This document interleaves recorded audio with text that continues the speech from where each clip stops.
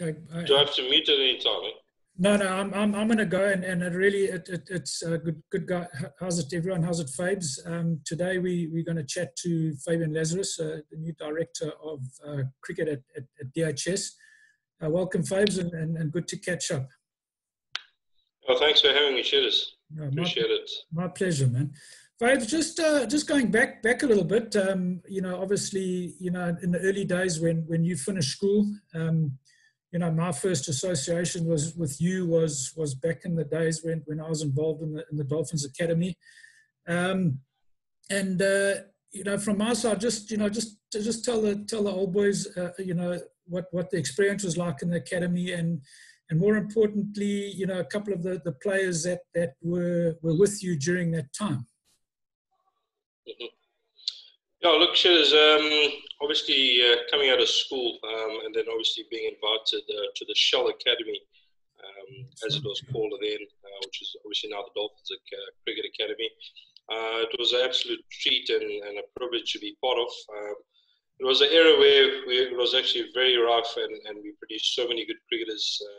Just some of the names were John Anderson, Russell Simcox, Hashim Amla was part of that for a short period. Obviously then progressed to the Dolphins. So the list goes on. But yeah, just the way that everything was structured down there. Obviously you ran a tight ship, at that academy. We went on numerous tours. It was so structured where pretty much your day started at 8 a.m. in the morning, where we obviously attended Varsity College.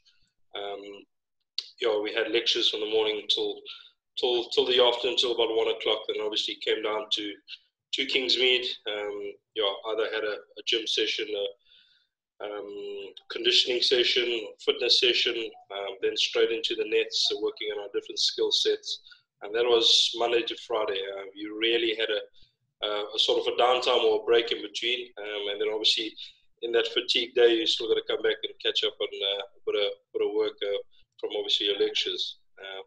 But I just want to commend you on that. I'm just looking, obviously nowadays, how academies are run. It was really a privilege to be part of, and the proof is obviously in the pudding. Just being in that area, there were so many good cricketers that came out of that.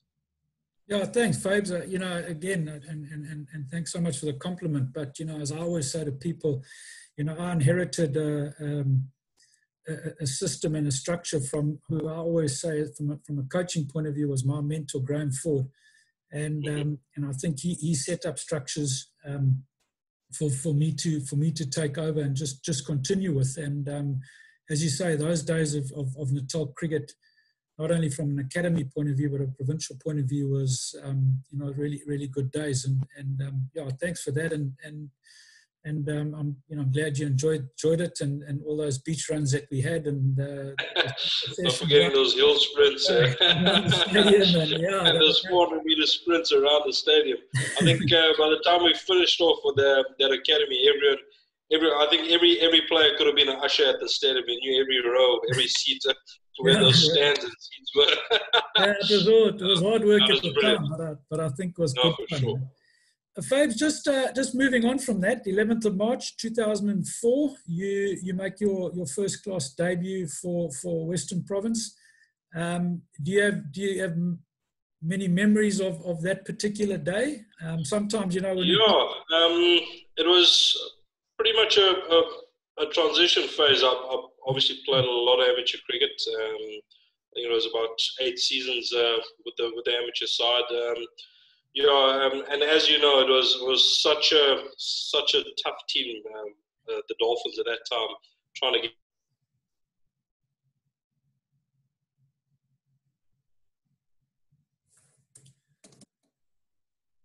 get in. Wade Wingfield, Doug Watson, the list was endless. Just to break into that batting lineup for me as a batter was. It was tough going, so you really had to earn your stripes. Obviously, in the amateur setup, you just didn't, get handed that opportunity. So it was tough going. I remember getting 100 against Zim, the national side at Kingsmead. And obviously, the Dolphins were struggling at the top of the order at that time. And I got given an opportunity to obviously come down to practice and see how things panned out across the week. I made some inroads and impressed, obviously, the coach at that time, which was Aldine Baptiste. Got thrown in a little bit of the deep end, I must say. I batted pretty much middle order all my life, 4-5. And then found myself opening the batting at Newlands against probably at that time the two best new ball bowlers in the country, in Alan Dawson and Charles Willoughby. I think every cricketer will probably know those two, and had some serious nightmares facing them. So it didn't go particularly well, but just to, for me it was a highlight of my career, just making my debut, one of probably the most scenic grounds in world cricket, if not. Was privilege to be part of. Yeah, I think making your debut, no matter what sport you play, is always a special memory. And as you say, you come up. I never forget it, because by that stage I left the Dolphins, and I remember looking at the team, and I was really chuffed to see you playing. And the next minute, as I said, as you said, batting in the middle order, and the next minute having to open the batting against probably one of the best swing bowlers that's played first-class cricket in this country, in Alan Dawson, and then one of the best left-arm bowlers in Charles Willoughby. And so it really tough going. Babes, just to move on a bit, obviously you moving on from your playing career, you went into coaching, and just give us a background of firstly, why you went into coaching. I think you joined, if I'm not mistaken, you joined Westville in 2008, and I think Doug Watson was a first team cricket coach at Westville at the time, and I think that's where your coaching career all started. It was a sort of a tough period in my life. As I said, I looked into obviously the near future, and I wasn't obviously seeing myself obviously break into or sustain myself in that Dolphins side. But it was just obviously too strong at the time, and everyone was obviously holding their place and holding their own in that team. So I wanted to obviously sustain myself in terms of getting a more sustainable income and look at different options. It wasn't an easy decision. Obviously cricket was part of my life for playing cricket was part of my life for probably a good 10 to 15 years. My mentor at that time, Doug Watson, was approached by Westville Boys High. Got given an opportunity to obviously be their sort of director of coaching at that time and first team coach. He took over from actually Phil Russell, who was obviously doing the grounds and was the first team coach at that time. He was obviously moving on. So obviously Doug was still very much part of the Dolphins setup at the time. So his availability wasn't, and his commitment wasn't, across the week. He could probably only make a few days of the week because of his commitments. So we chatted briefly of obviously sort of teaming up and trying to obviously get that sort of venture going for him to retire and for me to obviously sort of assist him over a short period.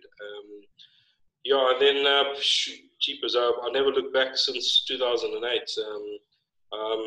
Just enjoyed every minute of coaching and making a difference to these young boys' lives. It was very, very tough going, I must say, 2008 to come there where cricket was just a once or twice a week sort of practice in the nets, and then rock up on a Saturday and obviously try and win games.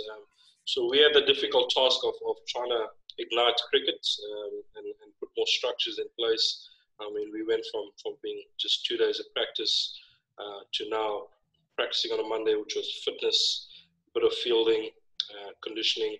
Tuesday was nets, work on your skills. Wednesday was more specialized. Bowlers came in after doing a little bit more conditioning.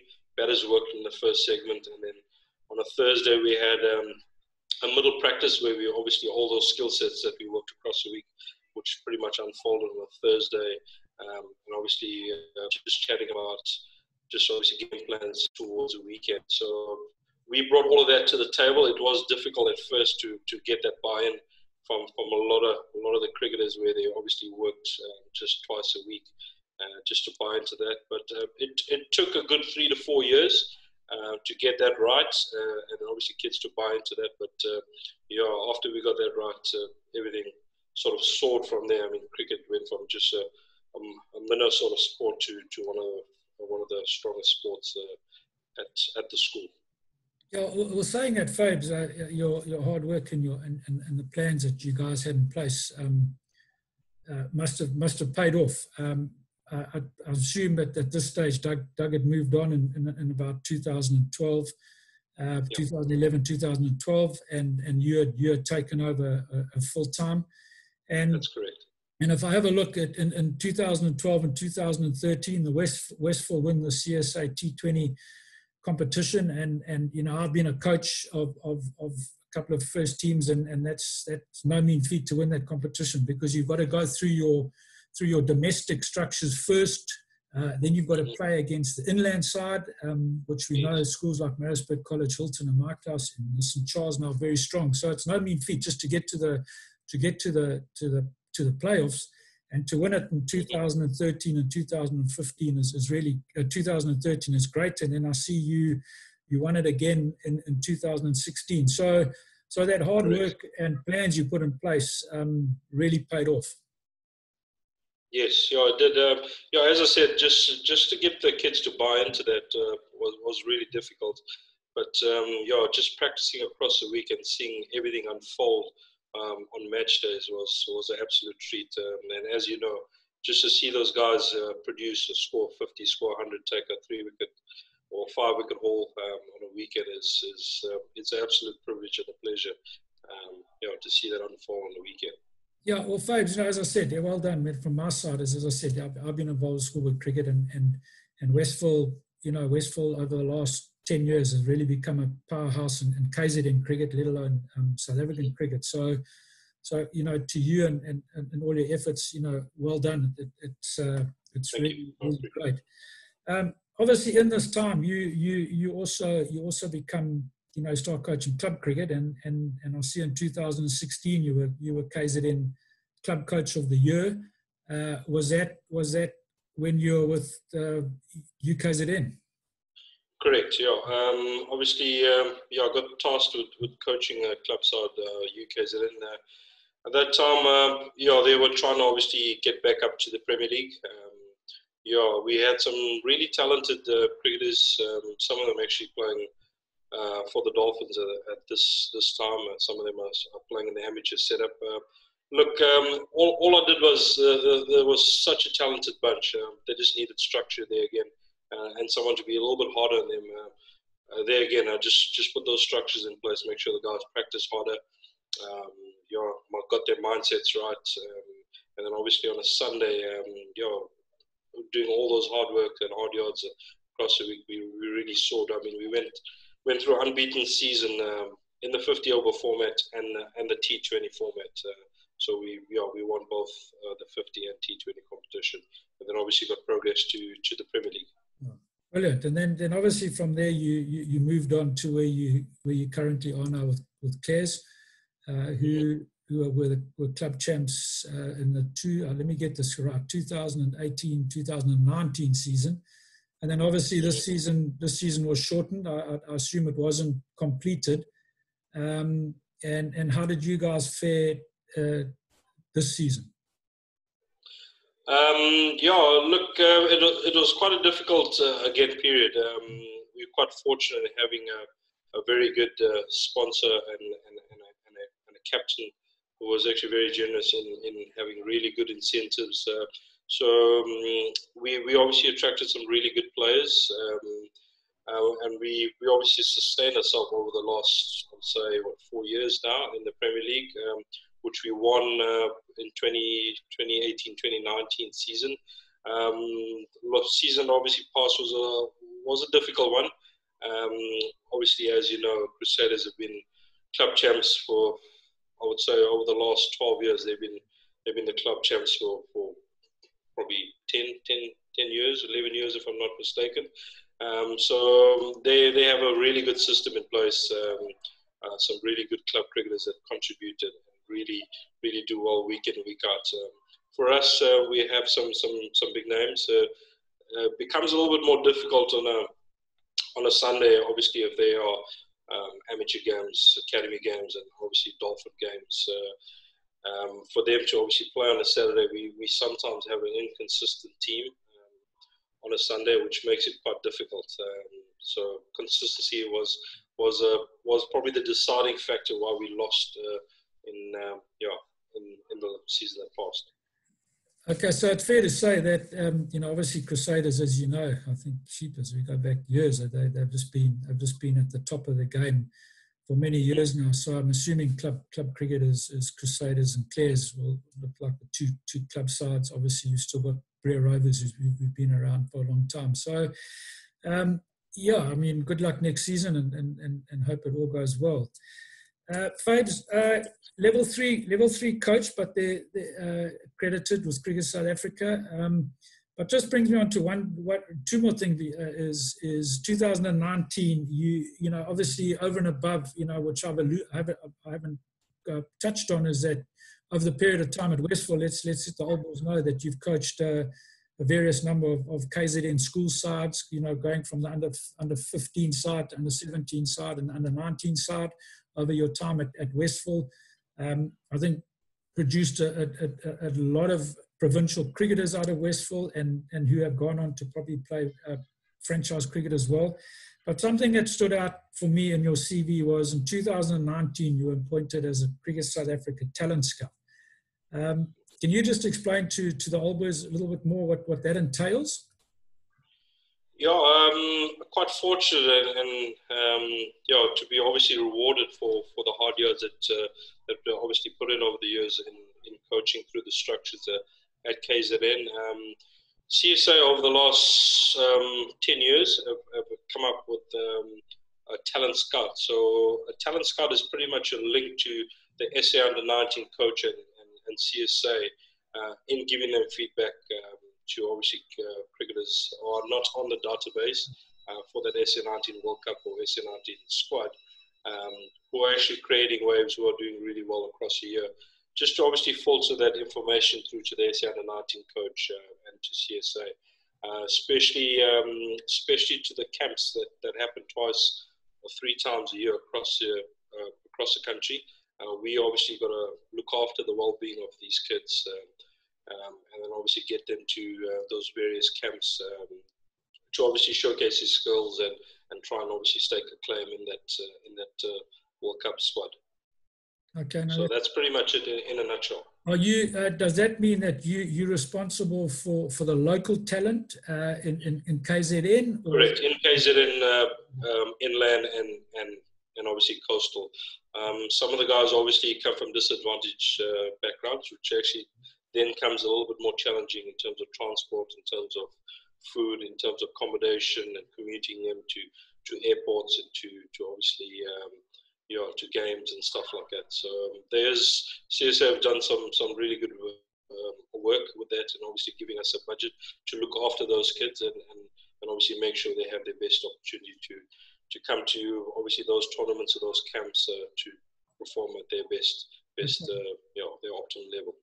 All right, brilliant. All right, and let's go back to, let's start now 2020. Director of Cricket now at DHS. And, obviously, if I look at the CV and chatting to you, and obviously I've known you all over the years, that all the hard work that you've done and all the systems that you've put in place in Westville and achievements there, new challenge.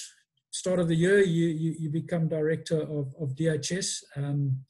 And for me, if I look at someone with the coaching credentials and caliber that you have, we're really honoured and privileged to have you at the school. And, moving forward, I know it's been a very disruptive year. We all know that. But fortunately, we got a half a cricket season in. And I think we're hoping to get one in at the end of the year.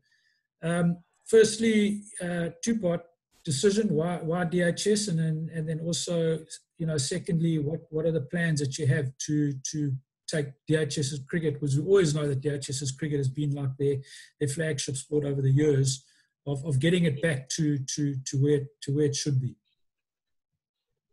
As I said, previously when starting at Westfield Boys High, I pretty much see the same sort of challenge here at DHS, where you need a lot of structure. You need to obviously put those plans into place in order for cricket to soar. So it is going to take a long time. I would say we earmarked it as a 3-year, sort of 4-year sort of plan, where we're going to obviously put those structures into place, and then obviously see us producing cricketers in terms of getting those KZN reps, in terms of producing match-winning performances and beating the more traditional schools. I've personally taken a step back. It was a massive decision for me from coaching a first-team level pretty much for 10 years. I've obviously now gone down this year to the under-14 level. It's probably our best intake we've had over, probably I would say, the last 10 years. So I've gone down there to obviously make sure we get those structures into place, nurture those cricketers, and pretty much just get them to play the brand of cricket that I would like to see them play in 4 years' time. So I'm going to be stationed with the under-14s for the next 3 to 4 years, and then obviously put those plans into place, get those structures right, and then reap the benefits of that moving up to a first team. Seeing those cricketers obviously benefit from what I've done with them over the next couple of years. Yeah, and saying that, Fabs, I think old boys also need to know that I've been, and obviously been involved at DHS, and I've sort of popped down to our cricket practice. I think it's important to let them know that you're not only involved with the under-14s. I've been down to practice there, although that's your official team that you coach. I've been down to practice. I've seen you working hard with the under-15s. I've seen you working really hard with the first team, and I think the first team this year had quite a successful first term. So I think it's important that your involvement, people must be aware your involvement's just not only with the under-14 side. I can understand we want to put structures in place, but as I said, I've seen you working, really hard with the other teams, and I think that's important as well. 100%. So across the week, the under-14s practice 3 times a week.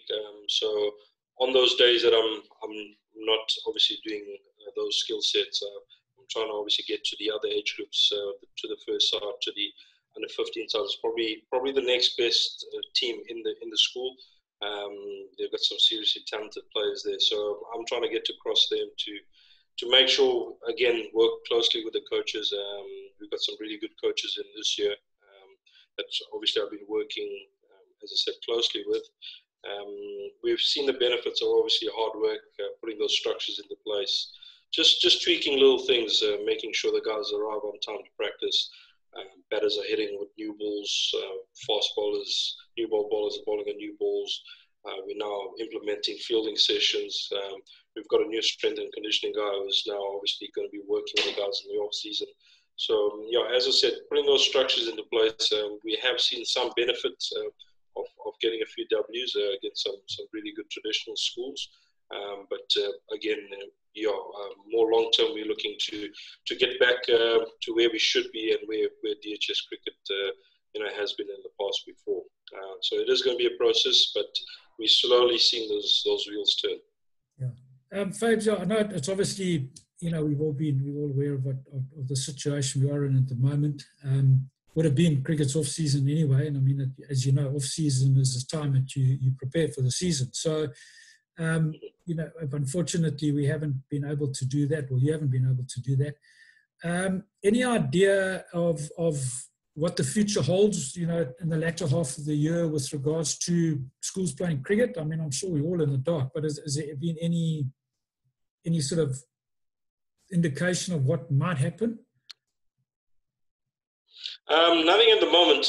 We're obviously doing a lot of online stuff across all sports, just getting a few videos up for obviously the kids at home, whether it be conditioning, hockey, cricket, as I said, all codes of sports. So we're trying to obviously touch base with them once or twice a week just to make sure they're maintaining their physique, doing a bit of conditioning. So it is difficult. It's something that we haven't been tasked with before. So it's uncharted sort of waters and territory for us. But we are trying to make it work. We've had some good responses, and obviously parents getting involved and helping us through this sort of pandemic in this phase. But we're just waiting for confirmations. We are from obviously the department. We all systems go here at school. We're chomping at the bit to obviously get cracking again with our various codes and various sports. Okay, great, Fabs. Well, let's hope we do get some cricket in for the end of the year. It's a shame. The guys have missed out, as we know, in a full rugby and a hockey season. So let's hope later part of the year we're able to play cricket. Just finishing off, on behalf of the foundation, on behalf of the Old Boys, really great to have you at DHS. With your coaching credentials and your coaching experience, I'm sure you're going to prove to be a huge asset to the school, with a proud cricketing history, and hopefully it's not too soon before we produce another Barry Richards, Hashim Amla, Lance Klusner. So Fabes, from our side, it's really great to have you. Good luck, and it's really, really great to catch up with you. Yeah, thanks once again, Shedders. I'm looking forward to the near future. I've seen some really good stuff happen in terms of obviously performance and some good wins, as I said, with the traditional schools. So we are looking forward to the near future and heading in the right direction with our sport across all codes. We've got some really good guys coming in and making a massive difference to the cause. So watch this space. Once again, we want to thank the All Boys for their continued support and following across all codes, and especially to you guys at the foundation for funding this massive project to get obviously this drive and getting and sport to where it should be over the next couple of years. No, pleasure, Fabs, and great to catch up, and good luck. Keep working hard. Thanks, man.